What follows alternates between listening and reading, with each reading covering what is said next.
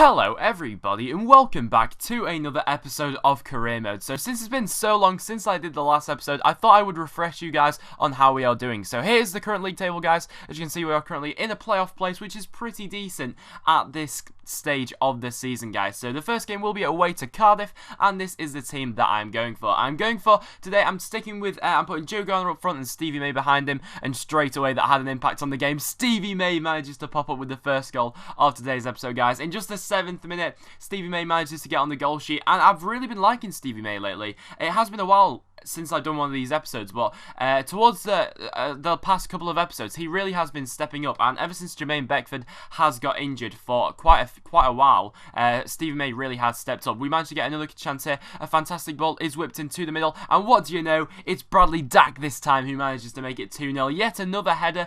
This tactic was really working for us, getting the ball on the left-hand side with Jamie Walker and also Greg Cunningham running up the wing. They were really influential in getting these goals today, guys, and just literally getting the balls into the box. And you know, we don't really have the tallest of teams. I mean, the two players that scored the headers, Stevie May and Bradley Dack, aren't the tallest of players, but we just got off to an absolutely fantastic start. Nice bit of play here. It's Jamie Walker with the assist, a fantastic ball into the box, and Bradley Dack, unchallenged for that header, he manages to shrug off his man, and a fantastic header into the back of the net. The goalkeeper should have done better with that, no doubt at all, but we would take that. In the first half, we finished that 2-0, which was very encouraging going into the second half indeed, but in the second half, they did manage to come straight back at us and make it 2-1, just like nothing. They pierced our defence, and we did really open up to them and give them a bit too much space and time in the second half. They came out a lot more eager than we did, and I think the mentality with our players might have been a bit off for this one. But Chris Kirkland is beaten there, and in the end the ball does go into the back of the net. It was a good finish in the end through the legs of Chris Kirkland. Not really much we could have done about that. But then Cardiff get a good chance here. Could they equalise? No, they couldn't. We managed to deny them on this occasion. Get a bit lucky here with the finish. It wasn't really the best finish. It was a header in the end, and it just goes wide of the target. Very fortunate that didn't actually go in the end. But then we get a run here with Josh Brownhill. Josh Brownhill sees an opportunity, but the goalkeeper makes a good save this time to deny Josh Brownhill. And Brownhill really has been growing rapidly lately. Him and Alan Brown this season, their growth has been absolutely phenomenal. And I think Brownhill's contract is up at the end of the year, so I'm going to have to definitely renew his contract, no doubt about that. And then we actually have a corner here. I decide to whip this one in, and then what do you know, on the end of it is Chris Humphrey, who hits the crossbar and can't manage to get it into the back of the net. Really unfortunate there that Chris Humphrey doesn't manage to get a goal, as he's been a very underrated player so far in this career mode. Very underrated player indeed, guys. So in the end, guys, that was actually how that match did finish. It did manage to finish 2-1 in the end. So really now, we've not really actually got that much of the season left. So a playoff, if we weren't to make the playoffs now, honestly, I would be very disappointed. So we'll go into the next game now, guys, which is against Derby County. So since I don't want this season to drag on for all too long, I am going to simulate a couple of matches here and there, and so I thought that the Derby game would be a good game to actually simulate. So as you can see there, that is the team that we are going for. We're sticking with this 4-4-1-1 formation, and let's see what result we can get against Derby County at home. So as you can see, we do in the end manage to get a draw, which isn't actually too bad in hindsight. So in the grand scheme of things, that's probably not a bad result against a decent Derby County side. So I'll give you an idea of the players I'm currently training. As you can see there, Matthew Hudson's developing well, as are Josh Brownhill and Alan Brown. So going into the Huddersfield match now, guys, I was really hoping for 3 points at the end of this. This was a game we were going into now, and since I would be disappointed if we didn't make the playoffs at the end of the season, these are the sort of matches that you really do need to be winning away at Huddersfield. And so instantly we're on the attack here with Josh Brownhill, who manages to forge a good save from the goalkeeper there. An opening chance for Josh Brownhill, and Brownhill, he has found it quite hard to come by opportunities in the first team really this season.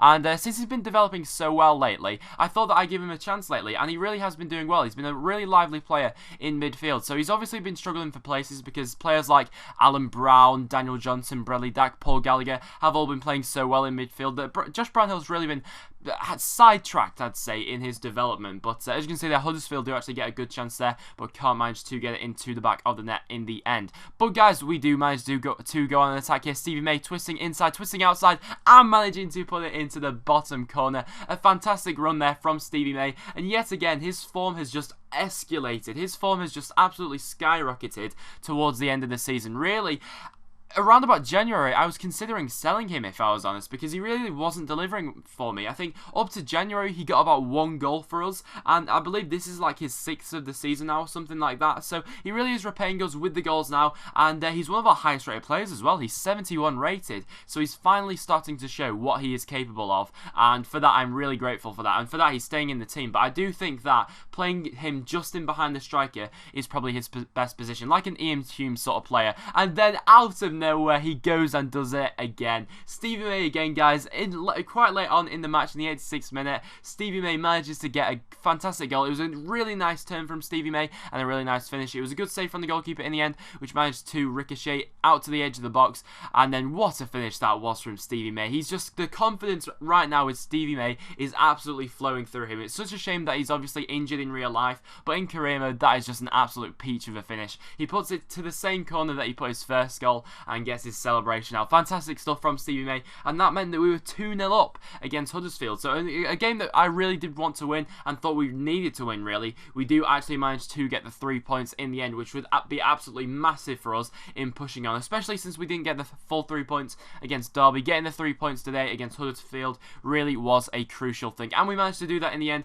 so this means we'll be able to kick on now with the rest of the season. So then, guys, our next match is going to be against Brighton, and so this is the team I decided to go for. We're still keeping the nucleus of the team the same, which we've had for the past couple of matches, but I decided to switch around a couple of players in midfield here and there. So going into this match now, guys, nothing happened in the first half. So for the first highlight, we have to go into the second half, where Stevie May manages to force a good save from their goalkeeper. Still looking very lively, but absolutely nothing happened at all in the first half, which was quite annoying. And then Callum Woods has a good chance there, but it goes out of play in the end and just past the post. Unlucky there. Callum Woods, who I decided to give a chance in this game, almost repaying us there with a fantastic goal. What a goal that would have been. It was. It reminded me a bit of that Southampton goal, which their right back scored against Arsenal when he killed it in, but obviously Callum Woods isn't that capable of doing that. But unfortunately, guys, Brighton do actually manage to take the lead. Really unfortunate in the 83rd minute, and honestly, we weren't really coming up with much in this game, so for them to score this late on, it really was a kick in the teeth, and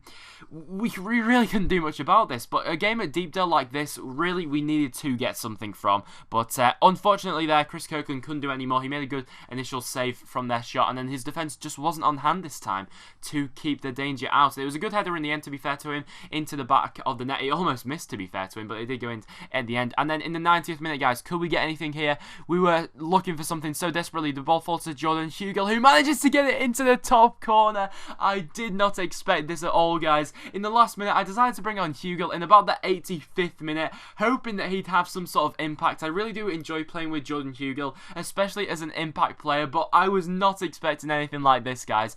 Literally, the ball goes into Hugill there. He turns his man, and then I don't even know what kind of shot was that. Was that a chip? Was that a finesse? Was it a power shot? I don't even know, but the keeper really has to be asking himself questions there.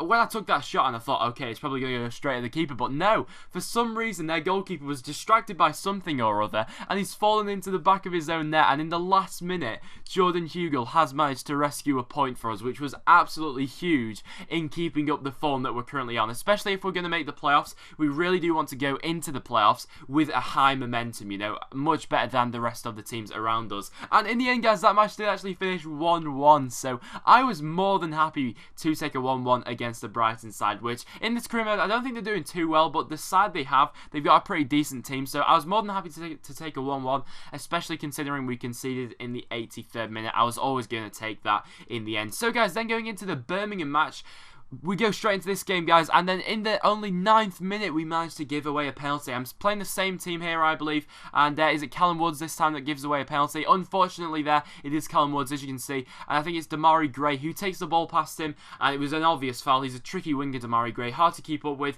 and Woods makes a mistake there. Maybe I shouldn't have put Woods in for this match, who knows, but in the end, Birmingham do get a penalty, so could Chris Kirkland be the player who steps up to save it? It's Clayton Donaldson who will take the penalty. Kirkland doing his best to put him off, but Clayton Donaldson in the end manages to put it straight down the middle and into the back of the net. Another game at Deepdale that we really were looking to win. I'm sorry, no, this wasn't actually at Deepdale, this was at Birmingham, but nevertheless, we were looking to win it, and we get a good chance here with Bradley Dack, but their goalkeeper makes an excellent save to deny him. Really unfortunate there. We just need to get these chances. and it's just really unfortunate at the moment that they're just not falling to us. It was a fantastic save. It was actually Alan Brown with that chance, not Bradley Dack, but really unfortunate that we couldn't get it. And then in the end, Birmingham here come forward. They managed to get another chance, but Chris Kirkland makes a good save in the end to deny Birmingham and for them to stop them getting further in front, really. And in the end, guys, this match did actually finish 1-0 to Birmingham. So really unfortunate and quite a sad way to end this episode, really, since we've been doing so well lately. But guys, the end is near for this season of career mode. So in the next episode, we will complete all these matches, including 2 local derbies, 1 against Bolton and 1 against Blackburn. So stay tuned for that, guys. And as you can see in the table, we are currently 6th in the table. So everything is still to play for going into the last episode of this series, guys. And then obviously there'll be a couple of episodes to go with the playoffs if we do manage to make them in the end, guys. So to finish this episode, guys, I will show you the player reports, the squad reports, see how those players are developing and all good stuff like that. So if you guys are happy to see the career mode back, make sure you hit the like button. It really does help me out loads. Check out all the links in the description down below, and I will see you all in the next one. You're crazy. I like you. You're crazy.